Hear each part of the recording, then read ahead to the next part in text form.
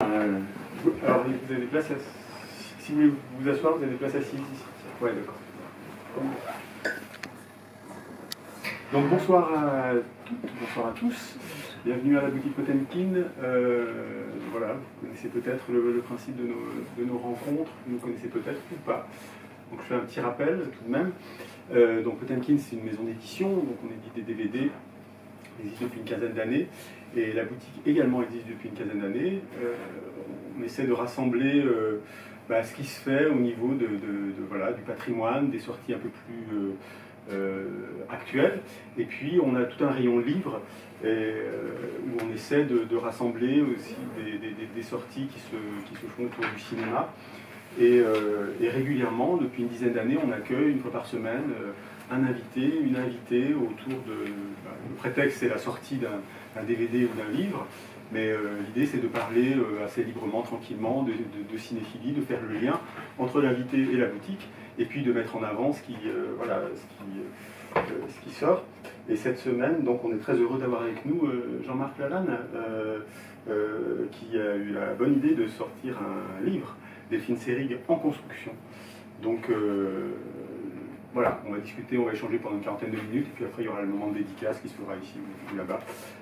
Évidemment, sentez-vous libre de poser des questions. Voilà. Alors, je fais juste un petit rappel. Jean-Marc, donc tu es rédacteur en chef aux Inrocks, c'est comme ça que voilà, on te connaît aussi, on t'entend, on t'écoute parfois le dimanche soir aussi sur France Inter au Masque et la Plume. Moi j'apprécie toujours de t'entendre, tes critiques, et puis ça me fait aller voir des films que parfois voilà, j'hésite un peu à aller voir. Et puis non, vraiment je trouve que ce sont toujours des critiques assez stimulantes, constructives et personnelles. Donc voilà. Donc oui, je disais que tu étais rédacteur en chef aux Inrocks, également co-auteur donc de livres sur Fantomas, sur Jean Cocteau, sur Wong Kar-wai et sur Gus Van Sant. Donc c'est assez critique. Oui, en même temps, moi j'y vois une logique personnelle. C'est des auteurs que j'adore, et c'est des œuvres dans lesquelles je me suis très fortement projeté.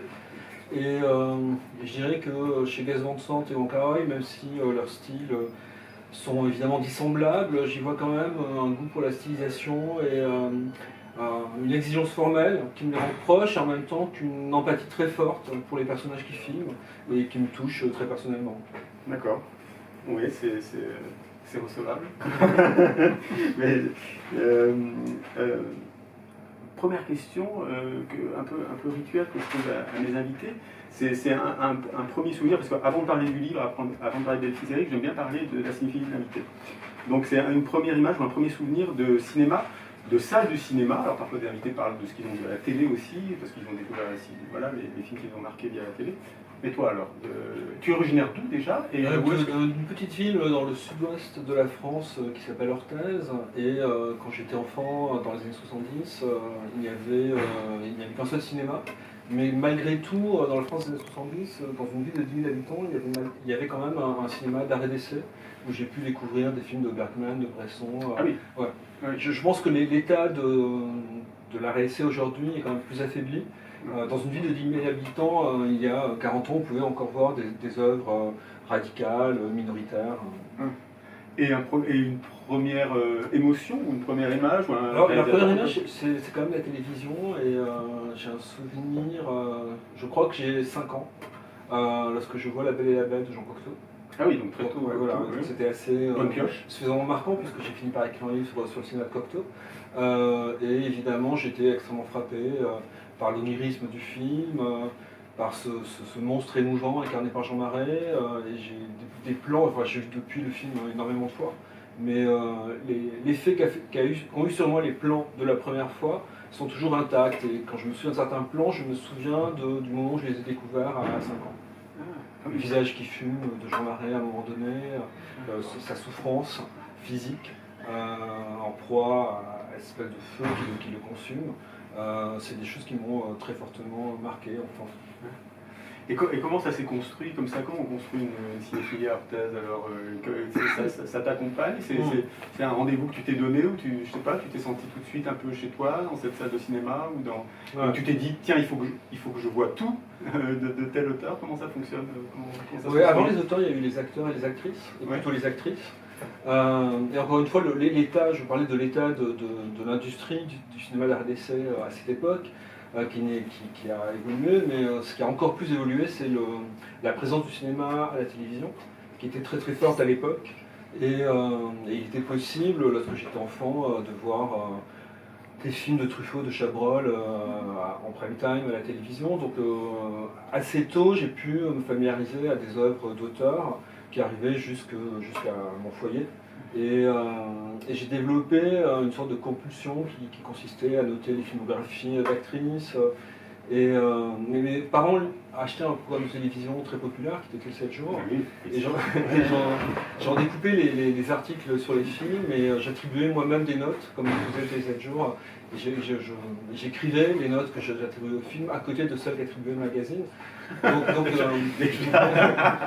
Déjà, c'était le masque déjà. La pulsion critique a été vraiment presque est venue dans un deuxième temps, mais un temps très court quand même, avec la cinéphilie. Il y a eu le désir de voir des films, de stocker une connaissance sur ces films, mais très vite aussi, j'ai vu comme une nécessité personnelle très forte à exprimer quelque chose, une évaluation, un goût personnel, m'exprimer moi à travers ces films. Trouver un chemin qui me permettait de m'identifier moi, en mettant en avant mes goûts à travers les films.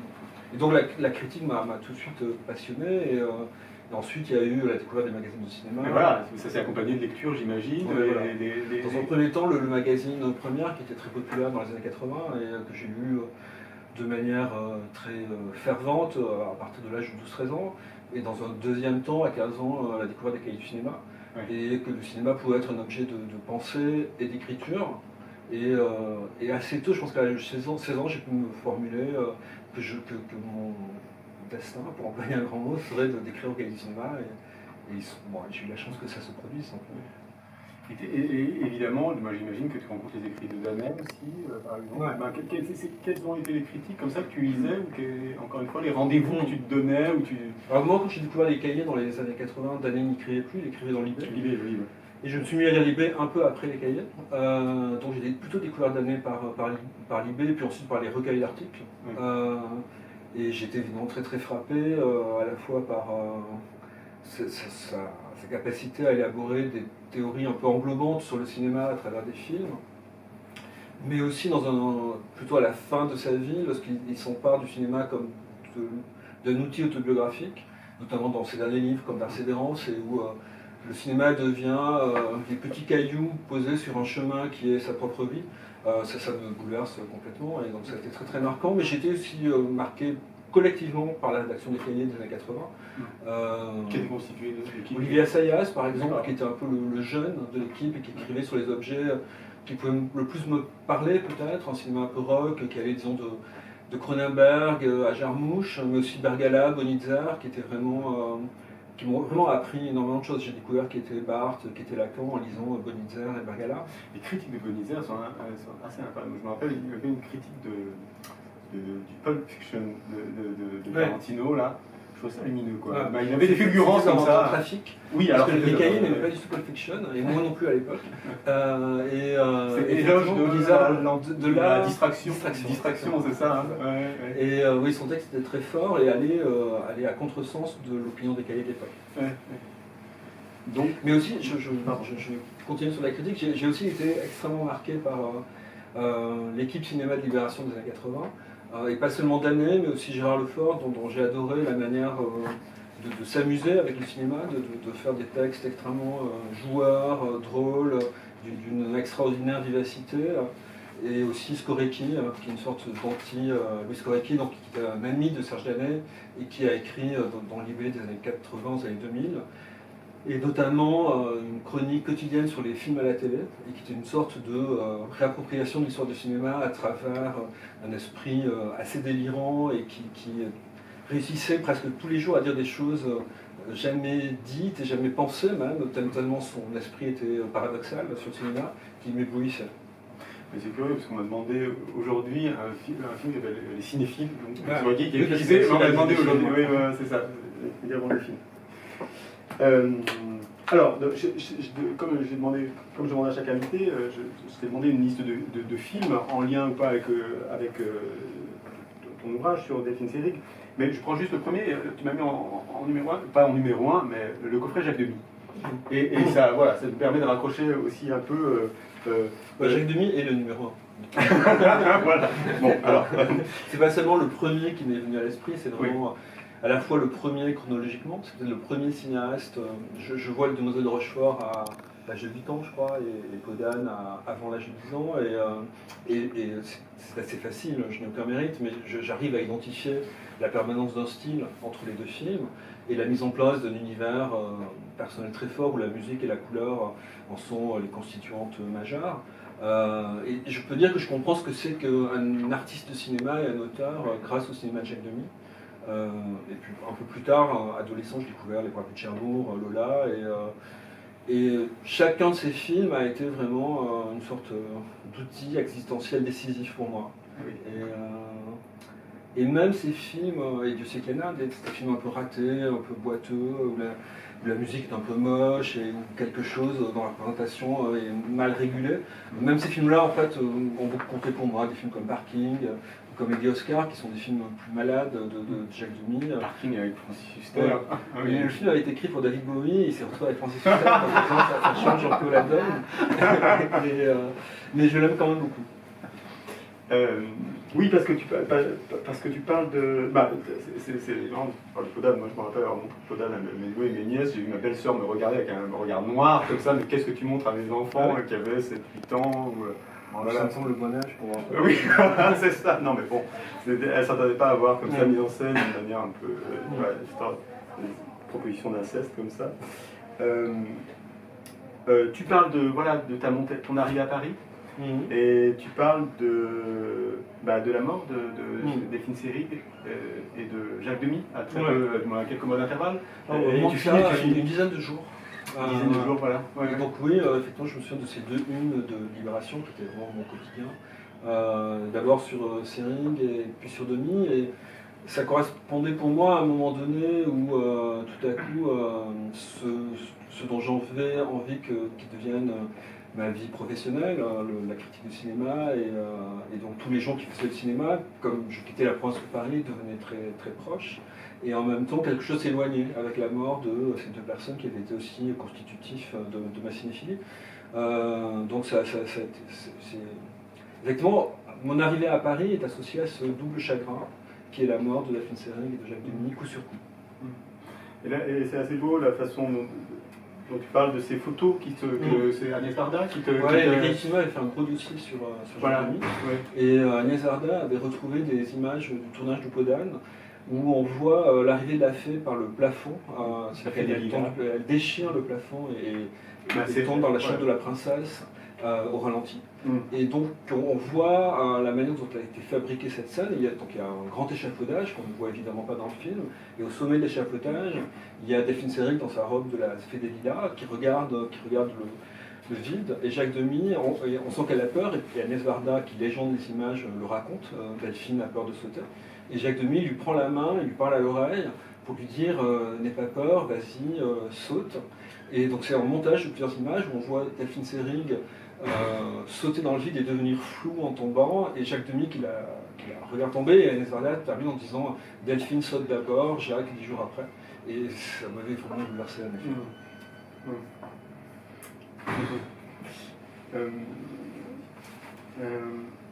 Alors oui, Delphine Seyrig, pourquoi Delphine Seyrig? Pourquoi faire un livre sur Delphine Seyrig? Pourquoi faire Delphine Seyrig aujourd'hui?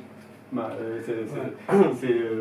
est quand même dans une période, sans raccrocher ça à cet événement MeToo qui est un séisme très important, mais ton livre est irrigué de tout ça, de toutes ces résonances en fait. De son cinéma, son parcours, et de son engagement intellectuel. C'est le dernier plateau de ma perception de Delphine Seyrig. Je n'ai mesuré qu'assez tard par rapport au moment où j'ai découvert d'abord ce qu'elle avait fait chez Jacques Demy, puis à l'adolescence chez René et chez Truffaut, et un peu plus tard chez Duras et Ackermann. Et ce n'est qu'un peu après encore que j'ai découvert qu'elle avait été une pionnière du féminisme, qu'elle avait été très très proche de la création du mouvement de libération des femmes en 1970. Et grâce à YouTube, donc assez récemment, depuis une dizaine d'années, compulsivement, j'ai cherché à voir sa présence dans des émissions de télévision. Il y en a beaucoup et les vidéos sont devenues un peu virales sur YouTube, notamment dans les réseaux de jeunes féministes. Et je dirais que c'est la dernière image frappante pour moi de Delphine Seyrig, c'est sa puissance d'intervention dans l'espace public et la force de conviction de sa parole sur cette question de la discrimination, des injustices liées au genre. Et ça a rendu, même si Delphine Seyrig l'accompagne depuis toujours quasiment, ça a rendu particulièrement opportun d'écrire sur elle aujourd'hui et de mettre en évidence ce caractère de pionnière qui avait été le sien. Et donc tu structures ton livre avec plusieurs entrées qui sont des entrées chronologiques mais qui sont aussi des entrées thématiques. Bah, c'est comme si on ne savait pas par où prendre. C'est vraiment plaisir que tu dises ça comme ça parce que effectivement je voulais que ça ne soit pas chronologique, que ça ne commence pas de son premier film jusqu'au dernier. Mais en même temps j'avais envie qu'il y ait une dimension un peu narrative, donc il y a quand même un peu de ça. Mais je l'ai découpé autrement en essayant de répondre, que chaque chapitre réponde à la question qui est Delphine Seyrig. Donc c'est une dame, une apparition, chaque chapitre a pour titre quelque chose qui la qualifie. Chaque chapitre me permet de retraverser l'œuvre par un angle différent, et en même temps dans l'ordonnance de ces chapitres, j'ai essayé malgré tout que ça rejoigne un petit peu une chronologie, même si c'est une chronologie un peu perturbée. Mais, parce que tu commences par cette citation, tu commences ton ouvrage par cette citation d'elle qui dit « J'ai vraiment cherché à être de la pointe de mes pieds au sommet de mon crâne, une dame ». Voilà, elle dit ça pour la promo de Marianne Bad. Voilà, c'est ça. Qui est un peu le film, qui est un film très impressionnant, et il y a quelque chose sur Seyrig qui dit énormément de choses sur ce que va être aussi Delphine Seyrig au cinéma. Moi je suis allé voir en salle, je suis allé revoir en salle récemment, et c'est vrai que le film reste impressionnant. Le film reste impressionnant de par sa performance à elle et puis au niveau de la structure. Moi j'adore le film, je connais des gens qui n'arrivent pas à y entrer. Qui trouvent le film trop maniéré, Moi j'adore son maniérisme, mais c'est un film un peu clivant, qui reste un peu clivant. Toujours aujourd'hui.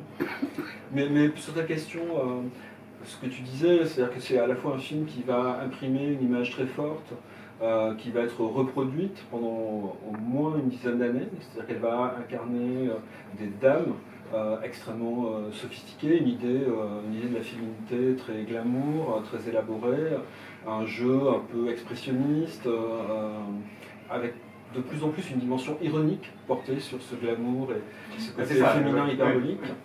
Mais ensuite, elle va aussi s'en sentir un peu la prisonnière de cette image très forte imprimée par derrière Marianne Bad, du côté grande dame dans des robes de soirée extrêmement sophistiquées. Et le deuxième moment de sa carrière va construire quand même à détruire cette image de Marianne Bad, avec essentiellement, bien sûr, en premier lieu, Jeanne Dielman de Chantal Ackermann, où là, elle joue le rôle d'une femme middle class qui n'a plus rien de glamour. Mais c'est aussi intéressant de voir quel est le parcours donc, de cette femme qui, moi je ne savais pas du tout qu'elle avait joué dans les Sherlock Holmes, qu'elle avait eu des petits rôles comme ça très jeune. C'est une fille c'est une fille de la haute bourgeoisie.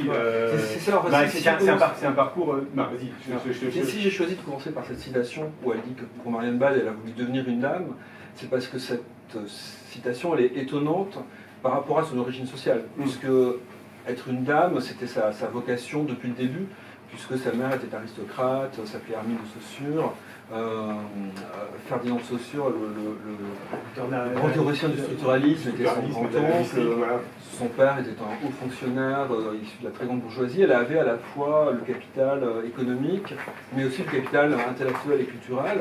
Toutes ces faits s'étaient penchés sur elle dès sa naissance. Et donc, qu'elle dise qu'elle a voulu se réinventer en dame, c'est étonnant puisqu'elle a été programmée pour l'être. Sauf qu'entre-temps, quand elle était très jeune fille, elle avait choisi de se déprogrammer et comme beaucoup, comme disons, la minorité intellectuelle de la jeunesse un peu bohème des années 50, d'abord dans le Paris rive gauche de Saint-Germain-des-Prés, elle faisait partie de cette jeunesse existentialiste où les filles s'habillaient en noir, portaient des pantalons, avaient les cheveux courts. Elle avait quelque chose d'androgyne et qui rejetait tous les signes extérieurs de la grande bourgeoisie qui lui avait été transmis. Puis ensuite, elle a vécu plusieurs années à New York, où là, elle s'est installée avec son mari peintre à Greenwich Village et a fréquenté toute l'avant-garde, voilà, c'est ça. Donc, effectivement, elle a tout fait pour détruire la dame qu'elle était programmée à être. Et ce qui est intéressant, c'est que le cinéma a rejoué ce parcours biographique. C'est-à-dire qu'au cinéma, elle est née dame, avec Marianne Bad, comme 30 ans plus tôt dans la vie, et elle va le détruire par le cinéma, comme elle avait détruit dans les 30 premières années de sa vie, en choisissant de rejeter tous les signes des classes dominantes. En même temps, avant le cinéma, c'est une grande rencontre aussi avec le théâtre. Ouais. Voilà, c'est ça. C'est vraiment un parcours, c'est vraiment une... C'est pas vraiment une grande rencontre. C'est-à-dire qu'elle commence à l'âge de 19-20 ans par prendre des cours de théâtre, mais elle va beaucoup galérer. Elle va autant galérer au théâtre, enfin un peu moins, mais quand même vraiment galérer. Et durant toutes les années 50, elle travaille un petit peu, mais pas tellement. Elle a le théâtre national populaire de Jean Villard, où elle rêve d'entrer parce qu'elle adore Gérard Philippe, et on trouve que sa voix ne porte pas assez, qu'elle n'est pas assez déclamatoire, et donc pas faite pour le théâtre. Et en fait, elle revient au théâtre comme une vedette de théâtre dans les années 60, dans un théâtre plus d'avant-garde que celui de Dinard, qui est celui de Claude Régis. Et c'est un peu grâce à Marianne Bad quand même. Elle était auréolée de voilà. C'est quand même le cinéma d'auteur qui a défini son statut de grande dame du théâtre des années 60.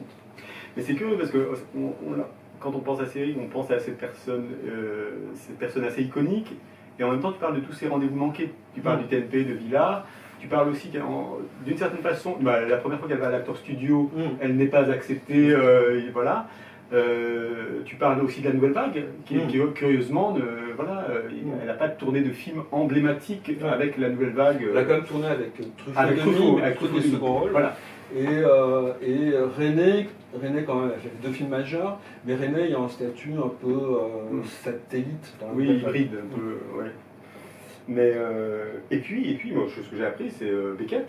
Beckett, incroyable, c'est presque du mécénat. Oui, voilà. Avant même qu'elle ne soit une actrice reconnue, Roger Blin, le metteur en scène de théâtre et acteur, était son professeur de comédie et rêvait de monter un auteur irlandais qui vivait à Paris et qui était presque inconnu, qui avait publié quelques pièces aux éditions de Minuit mais qui se vendait assez mal, et voulait créer un Armand Godot, et grâce à un héritage, Delphine Seyrig lui a permis, parce qu'il n'arrivait pas à le monter, de créer la pièce de Beckett, qui a été un très grand succès.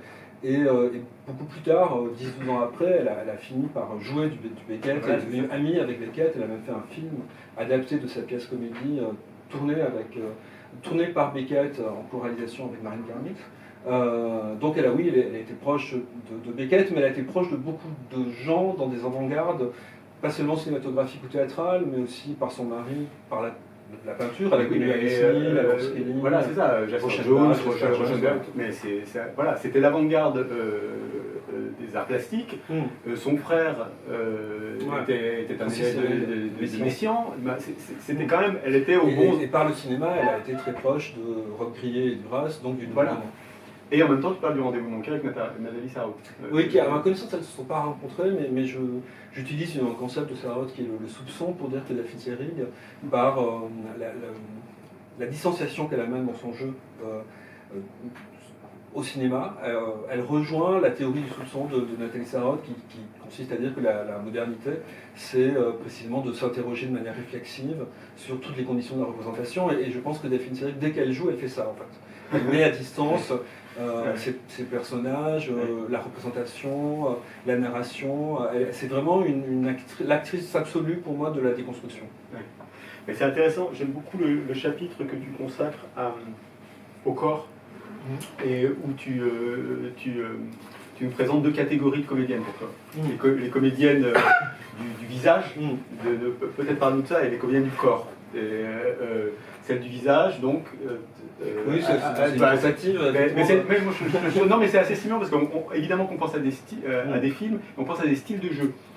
Tu me parles d'Adjani, de Lee Yandish à Isabelle Adjani, il y a des comédiennes dont le visage est le pic expressif de leur personne, et d'autres comédiennes où c'est plutôt tout le corps. Là, je cite Isabelle Huppert, qui est une actrice extrêmement physique, où tout le corps en fait est un ensemble expressif, et je dis que Delphine Seyrig, c'est plutôt une actrice du corps, et en cela une grande actrice de théâtre, mais c'est le rapport qu'elle crée entre sa silhouette et l'espace autour qui crée de la signification. Mais c'est vrai que quand on pense à Seyrig, on pense à son visage et tout ça, mais on pense à une sorte de roseau comme ça, ou de façon de tenir un port de bras. Vraiment comme un roseau, effectivement, il y a quelque chose de très mobile dans la façon de se tenir, elle ondule. Et elle a des bras toujours très très ballants qui font des gestes très amples. Comme si effectivement il y avait un léger souffle de vent qui la faisait onduler. Mais ce que je dis aussi, c'est que c'est plus encore, si c'est plus encore qu'un visage, je dirais que c'est encore plus une voix qu'un corps. Oui, voilà, alors il y a tout un chapitre sur la voix, évidemment, parce que quand on pense à Delphine Seyrig, on l'entend quelque part. Il y a quelque chose. Michael Lonsdal qui parlait d'elle, c'est un violoncelle. Et ce qui est beau, c'est que ça pourrait aussi valoir pour Lonsdal. C'est la voix de Lonsdal, sa manière très mystérieuse de monter sur certaines syllabes, de descendre sur d'autres de façon totalement imprévue. C'est vrai. Il y a chez les deux, quand ils disent une phrase, c'est toujours un peu une aventure.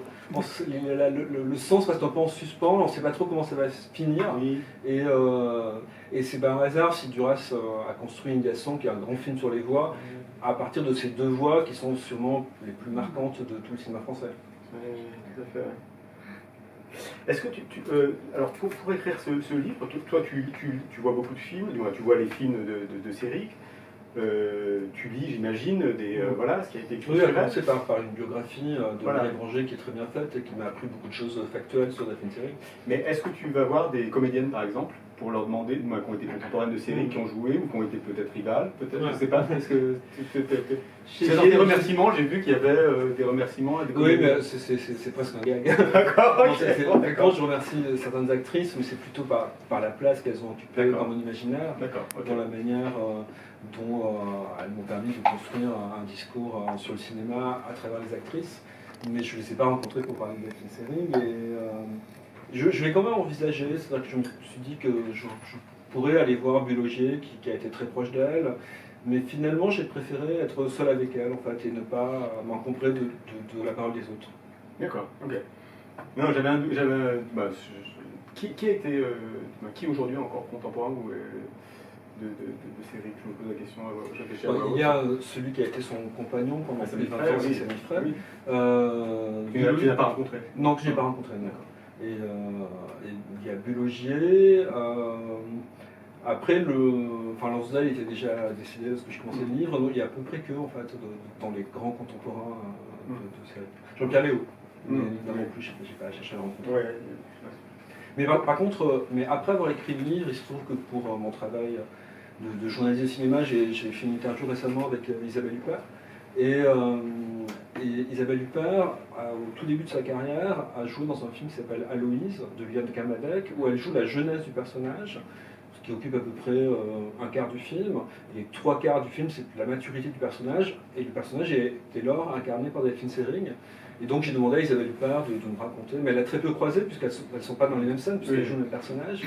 Mais c'est la seule personne que j'ai interrogée sur sa relation avec Delphine Seyrig. Après, j'avais quand même interviewé, avant même d'avoir le projet de ce livre, j'ai plusieurs fois dans ma vie interviewé Michael Lonsdal.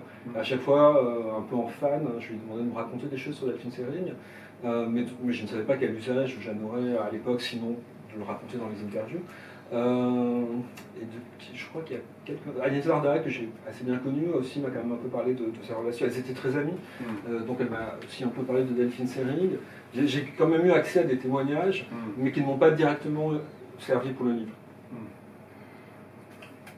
S'il y a des questions ou des... Moi, j'essaie de retrouver un film. Bon, je vais parler. Oui, j'essaie de retrouver un film dont je n'ai plus ni le titre, ni les coordonnées, ni J'adore la ce date, genre de peut-être années 75, je ne sais pas. Où elle est vraiment, mais alors extraordinairement femme puissante. C'est un peu un film où elle est campée en Barbarella à certains moments, C'est un film fait de 1968, tonitruant, que j'ai J'ai trouvé fait. à l'époque extraordinaire et que j'aimerais bien retrouver.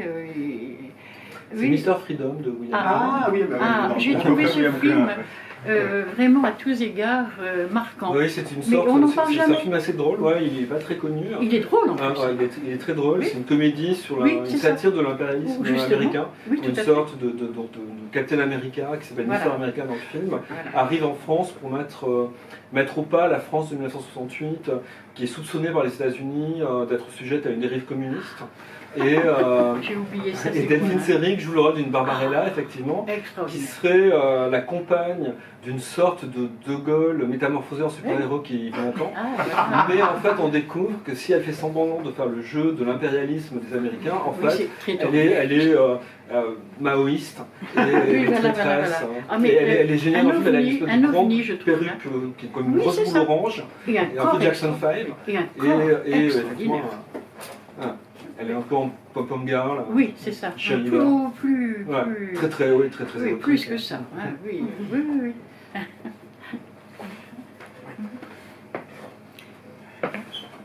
Oui, bonsoir et merci beaucoup pour ce livre, donc c'était hyper intéressant. Et justement, c'est un moment qui m'a intéressé, c'est le moment avec cette histoire d'héritage de son oncle suisse qui a versé au Jeune Blanc. Je ne sais pas d'où ça vient cette générosité, à votre avis en fait. Est-ce que ça vient du fait que, comme vous dites, elle s'est sentie étrangère dans tous les pays à cause de son enfance, des routes, etc. Donc, Ah, à votre avis en fait. ouais, mon source, non, je ne sais pas si c'est lié à ça. Je pense qu'il y avait un rapport affectif très fort avec Roger Blanc, qui était un peu déçu parce qu'ensuite, lorsqu'il a monté Beckett dans les années qui ont suivi, il n'a jamais fait travailler dans un moment où elle cherchait du travail. Donc je crois qu'elle a été un peu déçue de l'ingratitude de Roger Blanc. Je pense que c'était deux raisons. D'une part, Roger Blanc était un peu dépressif à l'époque parce qu'il n'arrivait pas à monter Beckett. Elle a voulu l'aider parce qu'il était son ami et un homme qu'elle admirait. Et aussi parce que, là, de façon plus large, toute sa vie, elle aura fait tout ce qu'elle pouvait, et à un moment donné, elle pourra, en acceptant les propositions qu'on lui fait, mais être du côté de l'audace, de l'invention, l'avant-garde, et de faire avancer les formes de l'art, et qu'elle a senti qu'il était impérieux pour l'histoire du théâtre, que l'Intendant Godot soit créé. Je pense que c'est aussi son côté amatrice éclairée des arts qui a fait qu'elle a donné tout son argent à Roger Blanc pour qu'il monte Godot. Oui, on ne fait pas ça tous les jours en fait. Il faut avoir les moyens de le faire déjà. C'était juste une fois, je pense qu'elle a fait ça. Oui, oui. Ensuite, il lui suffisait de faire les films en tant qu'actrice reconnue pour leur permettre d'exister. Et pas donner aussi. Et deuxième question que j'ai aussi, je veux que vous faites beaucoup de parallèles avec Isabelle Huppert, en fait, notamment sur le choix de réalisateur, de rôle, etc. Donc Isabelle Huppert aussi, elle n'accepte pas n'importe quoi, mais je pense que vous parlez plus d'Isabelle Huppert au début de sa carrière, parce que en ce moment, je pense qu'elle accepte tout, en fait, à partir de Daron. La Daron, elle accepte tout. Oui, alors je dirais que avant Isabelle Huppert, je parle d'une autre actrice qui est un peu une actrice jumelle de Delphine Seyrig, qui est Jeanne Moreau. Oui, aussi. Et Delphine Seyrig, en fait, lorsqu'elle est une très très jeune comédienne, elle va aller à Avignon avec son copain de classe de théâtre qui est Philippe Noiret, qui est aussi inconnu qu'elle, et ils vont assister un peu au dernier rang à la représentation du Cid de Jean Vilar avec Gérard Philippe, et elle va adorer le spectacle, et elle va voir une jeune actrice qui est à peine plus âgée qu'elle sur scène, et elle va vraiment vouloir devenir cette actrice, et c'est Jeanne Moreau. Et il y a beaucoup de similitudes entre Jeanne Moreau et Delphine Seyrig, l'étrangeté de la voix, l'étrangeté de leur beauté aussi. Et puis ce qui est intéressant ensuite, c'est que Jeanne Moreau va passer avant Delphine Seyrig dans l'œuvre des plus grands cinéastes. Elle tourne avec Buñuel avant Seyrig, Truffaut, Demy. Il n'y a que Duras que Delphine Seyrig va rencontrer avant Jeanne Moreau. Au théâtre, elles ont Claude Régis en commun. Donc il y a une gémellité de leur carrière, mais il y a une grande différence. Il y a une rivalité ou... J'ai pas l'impression. Non, je crois pas. Puis, ce qui est intéressant aussi, c'est qu'elles passent à la mise en scène en même temps. Au milieu des 70, l'une et l'autre décident de réaliser. Non, je crois qu'elle s'entendait très bien. Et d'ailleurs, Jeanne Moreau a été présidente du jury du Festival de Cannes une année où Delphine Seyrig avait plusieurs films à Cannes, Inga Sang et Jeanne Dielman. Et Jeanne Moreau a tenu à lui remettre un prix spécial pour sa contribution au cinéma contemporain. Donc je pense qu'il y avait une estime réciproque. Mais il y a aussi une grande différence, c'est que Jeanne Moreau est une actrice qui a toujours été, en dépit de l'exigence de sa carrière, assez populaire, enfin, très populaire même. C'est-à-dire qu'à un moment donné, on peut dire que 100% des Français savaient qui était Jeanne Moreau, ce qui n'a jamais été le cas de Delphine Seyrig, qui a toujours été une star de niche. Et parce que Jeanne Moreau a fait aussi des choix de films populaires qui rééquilibraient en termes de notoriété l'exigence de ses choix à enchaîner Duras. Et je dirais qu'Isabelle Huppert, de ce point de vue-là, est peut-être plus héritière de Jeanne Moreau que Delphine Seyrig, puisque, comme vous dites, parfois on a l'impression qu'elle peut aussi accepter n'importe quoi. Je pense que même dans ces 10 dernières années, elle a quand même fait un certain nombre de grands films, de ce qu'elle presque elle, de Paul Verhoeven, donc elle ne fait pas non plus que n'importe quoi. Mais, donc Isabelle Huppert, par sa notoriété, combinée à son exigence, est peut-être plus proche de Jeanne Moreau en fait, que de la ligne très très radicale qu'a tracée toute sa vie Delphine Seyrig. Merci beaucoup. Et juste la dernière question, désolée. À votre avis, pourquoi Delphine Seyrig a refusé la piscine avec Alain Delon? J'ai compris qu'il a plusieurs... Ouais. Alors ce qu'elle a dit à l'époque, c'est qu'elle n'avait pas envie d'être filmée en maillot de bain. Mais juste après, elle accepte de tourner le film dont vous parliez de William Klein. Donc on voit bien que c'était pas le maillot de bain le problème. Je pense que c'était plutôt la manière de regarder une femme en maillot de bain, qu'elle pensait que ce film de Jacques Deray serait vraiment... montrerait le personnage féminin d'un point de vue strictement masculin, avec un mode d'érotisation qui, je pense, la dérangeait et allait contre ce qui commençait à se constituer de ses convictions féministes, alors que la manière presque queer dont William Klein la filme en maillot de bain dans Mr. Freedom, elle est complètement dans le sens de l'image du féminin qu'elle voulait construire. Elle n'était pas en conflit avec ni le réalisateur ni Alain Delon? Non, mais je peux imaginer, mais c'est vraiment là, c'est de l'intuition, hein, qu'elle ne pensait pas que Jacques Deray était un très grand cinéaste, et que, vu ses positions politiques, elle n'avait pas non plus forcément envie de passer 3 mois avec Alain Delon.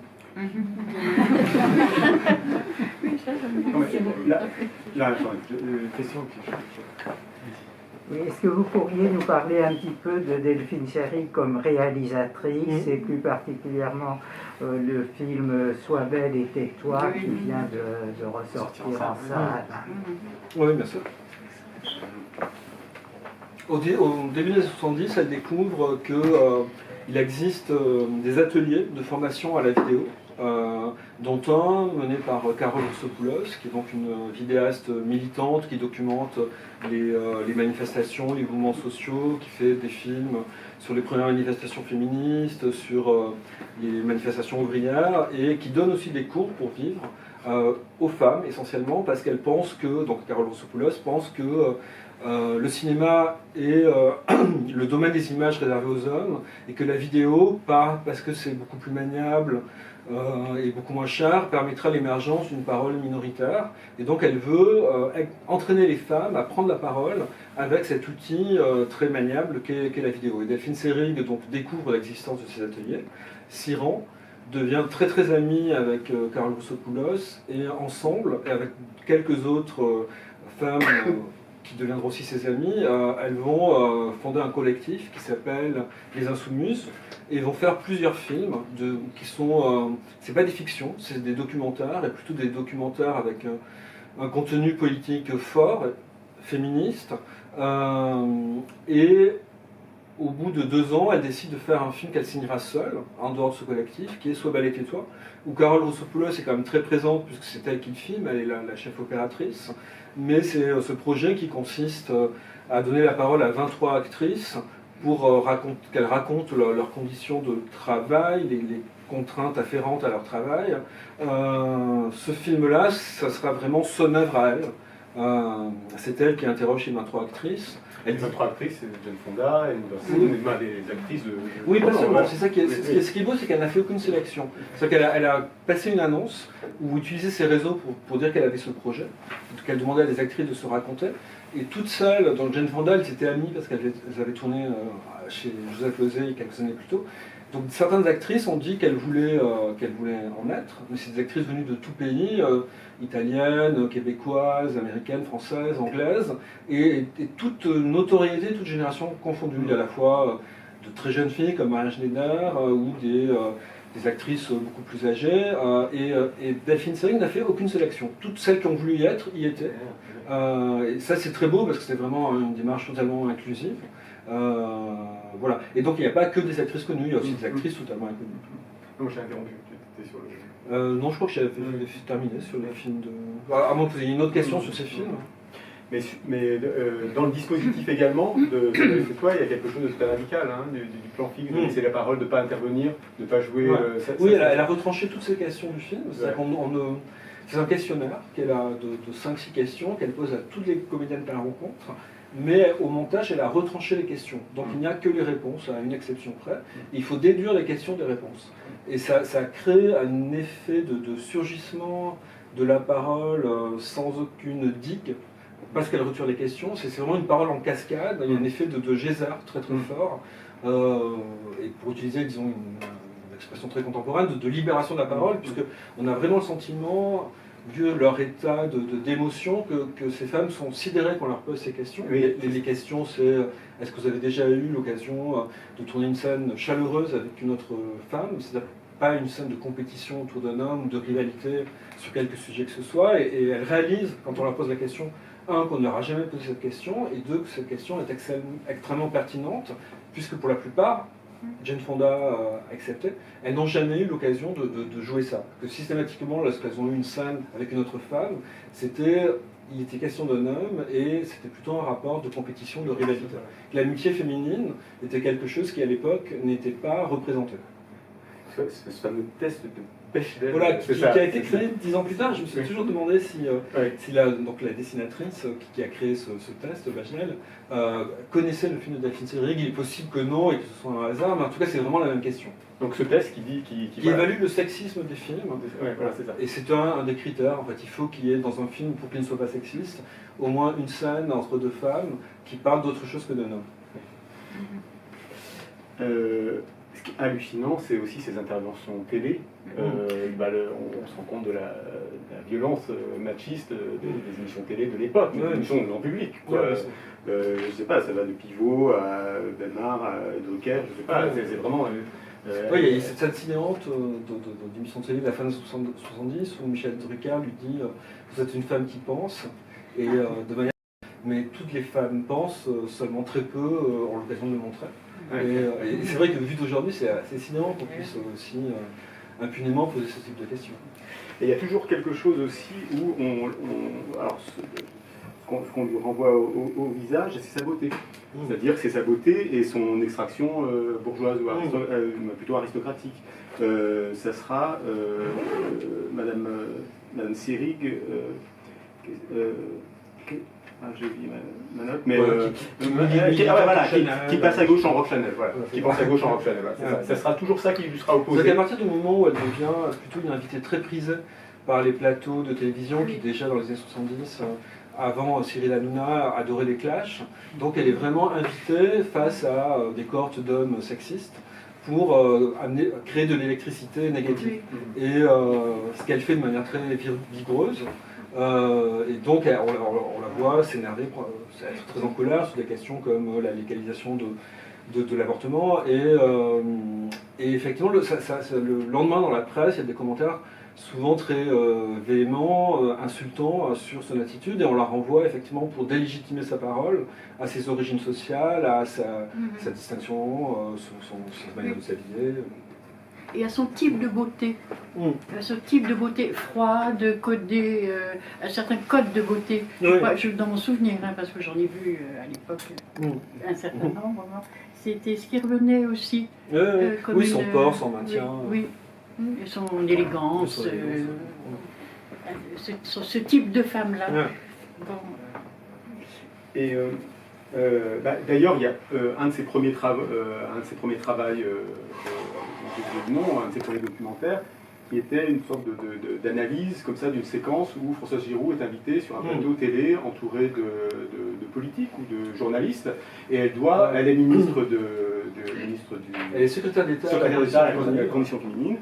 Et elle doit se justifier, je ne sais pas de quoi elle doit se justifier, mais... C'est-à-dire que l'ONU avait décrété que 1975 serait l'année de la femme. Et c'est une décision qui avait été à la fois très mal perçue par les conservateurs, les tenants du machisme, qui trouvaient ça aberrant qu'on consacre une année à la femme, mais aussi par les féministes, qui trouvaient que c'était une récupération à des fins de communication. Et Valéry Giscard d'Estaing, qui venait d'être élu président de la République française, et qui a créé le secrétariat d'État de la femme avec François Giroud à ce poste, lui a demandé d'organiser durant toute l'année des colloques, des symposiums, et de mettre en place une réflexion sur la condition féminine. Et les féministes, effectivement, ont jugé que c'était totalement insatisfaisant la manière dont cela avait été mené. Et Bernard Pivot a consacré le 31 décembre 1975 une émission un peu à charge qui s'appelait « Ouf, l'année de la femme, c'est fini », où, dans un dispositif vraiment de piège, il va mettre Françoise Giroud face à un grand cuisinier qui dit que les femmes font de la cuisine, font de la cuisine mais ne font pas la cuisine, ou un créateur de mode qui dit que les femmes savent coudre mais qu'elles ne savent pas penser un vêtement. Et Françoise Giroud doit répondre à tout ça, et probablement par stratégie, pour ne pas paraître déstabilisée, elle prend tout un peu à la légère. Et donc Delphine Seyrig, et Carole Roussopoulos et Yona Vider ont utilisé ces images et les commentent, les analysent, avec soit en rajoutant des voix off, soit en repassant en boucle tel petit rire qui trahit la gêne ou l'incapacité de répondre de François, les manques de Françoise Giroud, oui, mais c'est autant des cartons ironiques. Voilà, mais c'est tant à charge contre le machisme ambiant que contre Françoise Giroud, qui est dans son politiquement correct et qui essaie de un peu... Mais la cible est même plus Françoise Giroud, et à un moment donné dans le film ça crée presque un malaise, parce qu'on a l'impression que le film est très à charge sur la seule femme qui est à l'image, mais à la fin, malgré tout, il y a un rééquilibrage, puisqu'elles disent que ce n'est pas Françoise Giroud en tant que personne qui visait, mais ce qu'elles veulent montrer, c'est que les conditions ne sont pas mises en place pour qu'il existe un féminisme d'État, et que le féminisme dans la France de 1975 ne peut être qu'une parole pirate, minoritaire, clandestine. Comment est-ce que ça résonne aujourd'hui? Donc je reprends ma première question du début. Comment tu sens, comment ce qu'elle a apporté, ces films? Parce qu'on n'a pas parlé évidemment de cette fameuse année 75 où elle est à Cannes avec 3 films, avec India Song, avec Jeanne Dielman de Chantal Akerman, India Song de Marguerite Duras, Jeanne Dielman de Chantal Akerman et Aloïs de Liane Kermanet. Voilà. Et où elle est un peu, c'est un peu son année, avec des choix de personnages sans concession, et puis des rôles qui sont parmi et 3 films de réalisatrices au film. Et de réalisatrices, évidemment, voilà, c'est ça. Parce qu'elle a, à partir du moment où elle dit quelque chose de très beau, elle dit qu'elle a été bouleversée par mai 68 et par la façon dont la parole contestataire a pu tout à coup occuper un espace immense. Et elle a d'abord pensé que quelque chose viendrait qui serait une révolution formelle dans les arts, qu'on ne ferait plus des films de la même façon ou du tel de la même façon. Mais très vite, elle s'est dit que ce qui est venu, c'est autre chose pour elle, c'est la conscience féministe.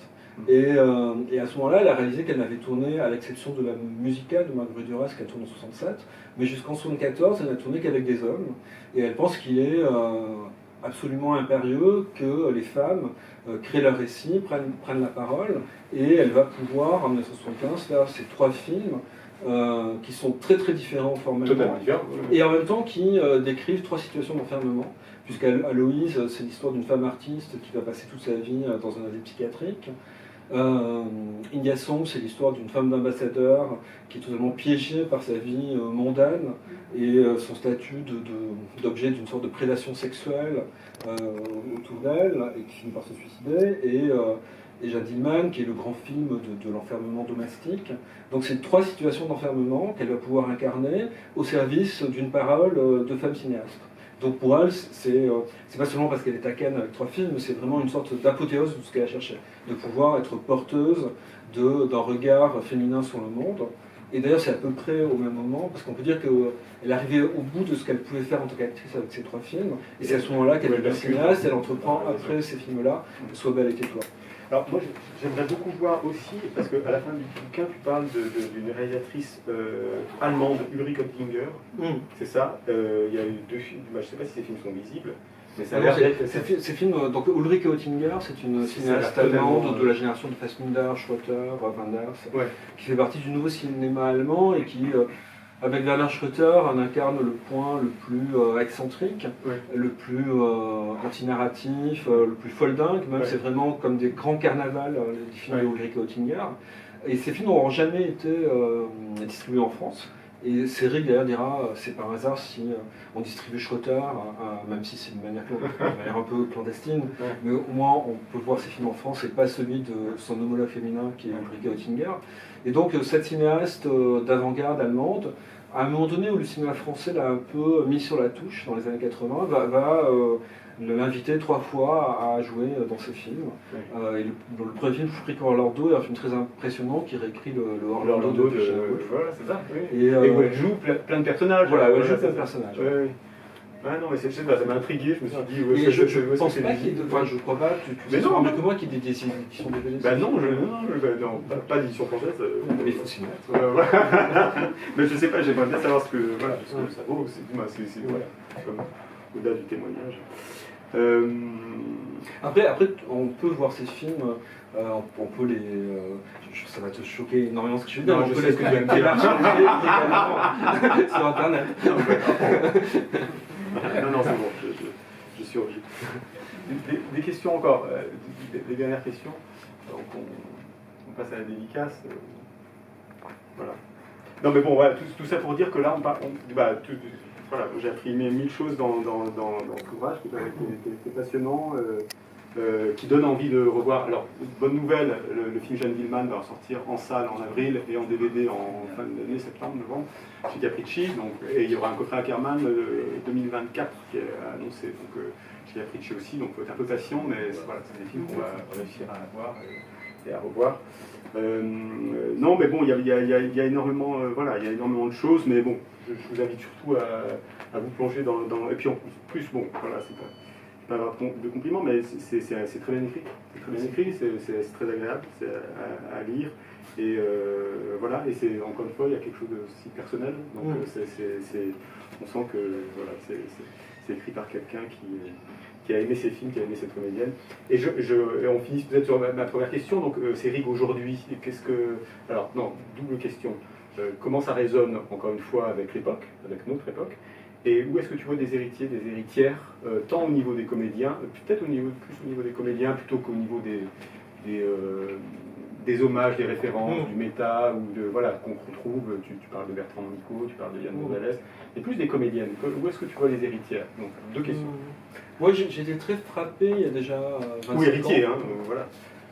Quand j'ai découvert Jeanne Balibar, oui, dans les films de Desplechin, puis surtout dans Je seul me vois de Poudalidas, où Denis Poudalidas joue dans ce film une sorte d'Antoine Douanel des années 90, et la manière dont, dans ce rôle de Anna Festival, Jeanne Balibar intervient, j'ai trouvé qu'il y avait un côté Fabien Tabart, et que dans les tranchées de la voix de Jeanne Balibar, la sophistication de ses postures, elle héritait quelque chose de Seyrig, et puis depuis, j'ai su que Jeanne Balibar était ultra fan de Delphine Seyrig, et l'automne dernier, elle a créé un spectacle qu'elle a mis en scène, qu'elle joue et qu'elle a mis en scène, c'est un seul sur scène, qui s'appelle Les Historiennes, dont un tiers du spectacle est consacré à Delphine Seyrig.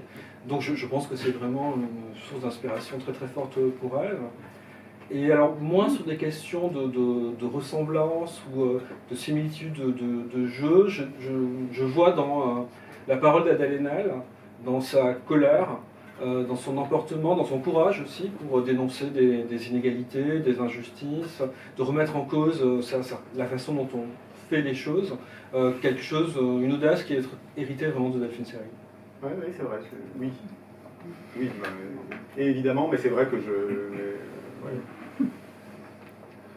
Et aujourd'hui, donc, la figure de Seyrig, comment tu la vois Ce qui est très curieux, c'est que lorsqu'elle disparaît, ça fait déjà presque 10 ans qu'elle est tenue à l'écart du cinéma français, qu'elle n'a plus du tout le même statut qu'elle avait dans les années 60 et 70. dans les 20 années qui suivent sa disparition, donc de 1990 à 2010, je pense que son souvenir est toujours très vif pour certains cinéphiles qui ont été amoureux de ces films des années 60 ou de Duras et Ackerman. Mais malgré tout, c'est quand même une passion minoritaire. Et je dirais que depuis, par le féminisme, elle a conquis des gens qui l'admirent et dont l'entrée n'a pas été le cinéma, mais peut-être plus YouTube et sa parole dans l'espace public, sa résonance contemporaine très très forte, son caractère de pionnière qui font qu'elle n'a jamais été aussi présente dans l'espace public depuis peut-être les années 70. Enfin, aujourd'hui, elle est très très très présente, ses films ressortent, on fait des pièces de théâtre, pas seulement celle de Jeanne Balibar, mais dans l'année écoulée, il y a eu 4 pièces de théâtre, soit sur les Insoumises, soit sur la figure de Delphine Seyrig. Donc voilà, elle est présente dans les esprits à la fois cinéphiles, féministes, dans l'espace public, comme elle ne l'a jamais été depuis très longtemps. Alors, je vous propose juste, à moins qu'il y ait une question, mais je voulais passer une image de Baiser volé, donc l'apparition de Fabienne Tabart. Je pense que c'était bien de finir la rencontre comme ça, sur cette note-là, avant de passer à la dédicace.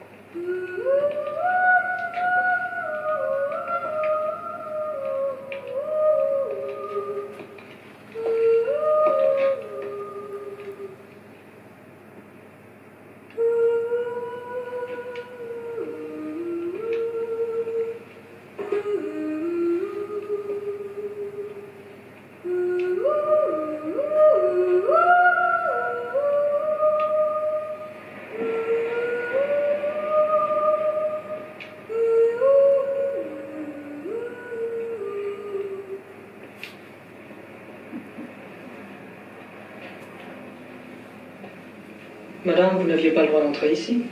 Le magasin est fermé.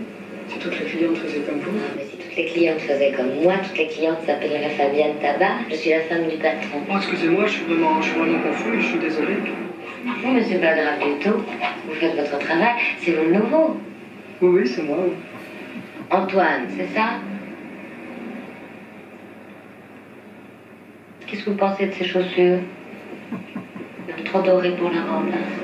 Oh, vous avez raison, je vais le jouer autrement. Allez me chercher une paire de sandalettes comme celle-ci, mais à bout de satin noir, du 4,5. D'accord? Oui.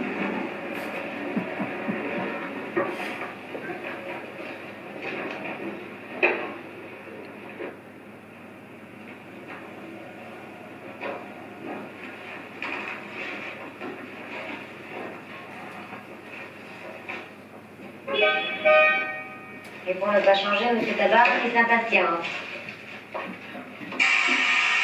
Vous voulez répondre?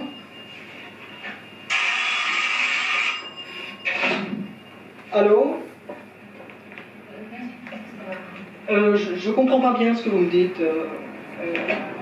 I don't speak... moment. C'est en anglais, je comprends rien du tout. Allô? Dick? Yes, I know, I'm late. I'm sorry.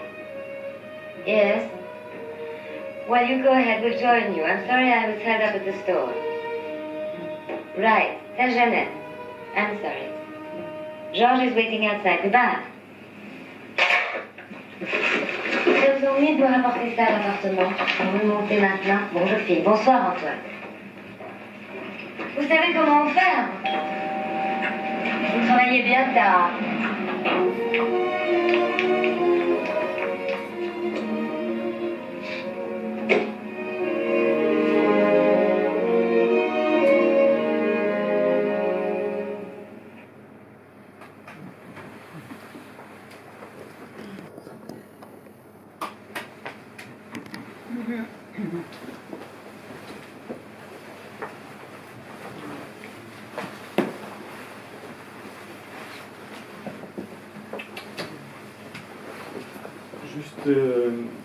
On va faire les dédicaces, mais juste quelques mots quand même sur l'extrait.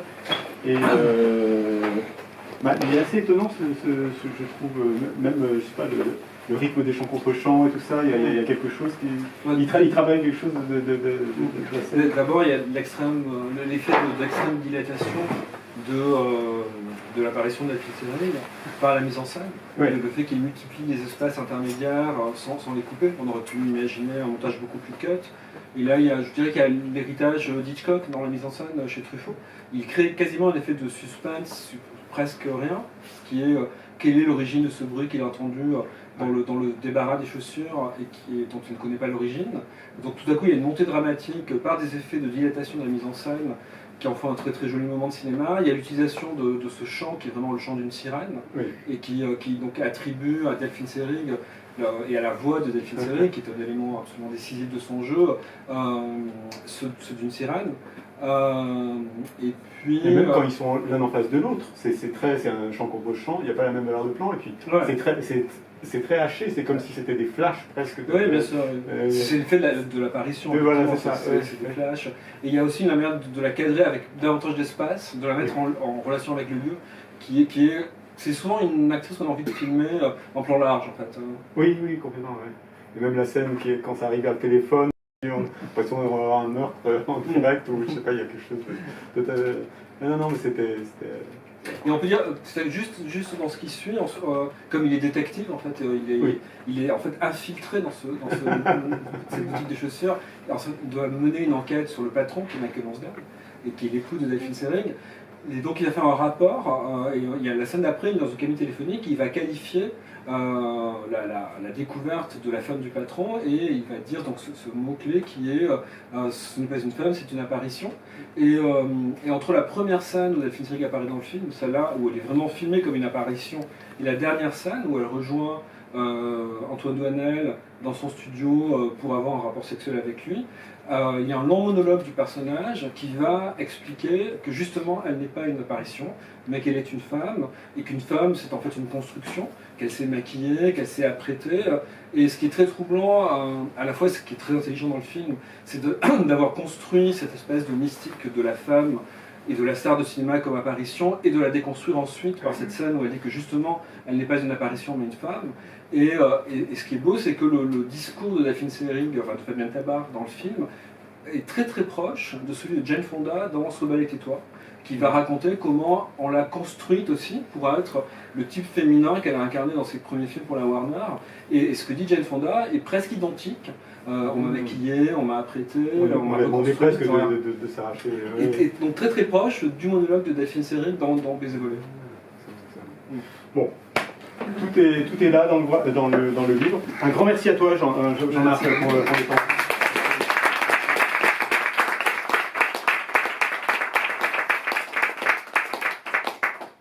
Donc, on fait la dédicace ici pour que l'ouvrage est sur la table près de la caisse. Et voilà.